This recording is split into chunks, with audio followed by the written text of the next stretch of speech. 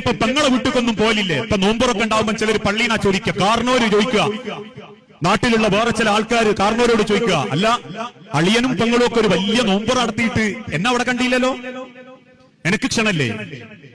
ഉടനെ തന്നെ തിരിച്ചൊരു മറുപടി, ഏയ് ഞാൻ 1-2 കൊല്ലായിട്ട് അലോഗ്യത്തില, ഞാൻ അങ്ങോട്ടും പോലില്ല, അവരാരും ഇങ്ങോട്ടും വരലില്ല. ഈ മനുഷ്യനാ പള്ളിന്റെ 1-ാമത്തെ സഫില്. ഈ മനുഷ്യനും അവന്റെ ഓളുക പട്ടിണി നടന്ന് പടച്ചോനെ ബോധ്യപ്പെടുത്തുന്നത്. ഓല അള്ളാന്റെ മുൻപിൽ നെറ്റി ചേർത്തിച്ച് നിസ്കാര ടൈം ഉണ്ടാക്കണേ. അവരാ കഅബാലയം ചുറ്റിപ്പോന്ന് 4.25 ലക്ഷം റുപ്യ കൊടുത്ത് ടച്ച് ചെയ്തു പോന്നോല. എന്തിനു മനുഷ്യരെ?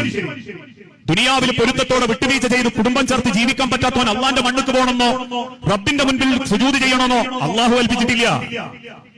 കാരണം അത്രയേറെ ബന്ധങ്ങൾ ഇന്ന് അകന്നുകൊണ്ടിരിക്കുകയാണ്. മുഖത്തോട് മുഖം നോക്കാത്തവർ, സലാം പറയാത്തവർ, പറഞ്ഞ സലാം മടക്കാത്തവർ, ക്ഷണിക്കാത്തവർ, ക്ഷണം സ്വീകരിക്കാത്തവർ.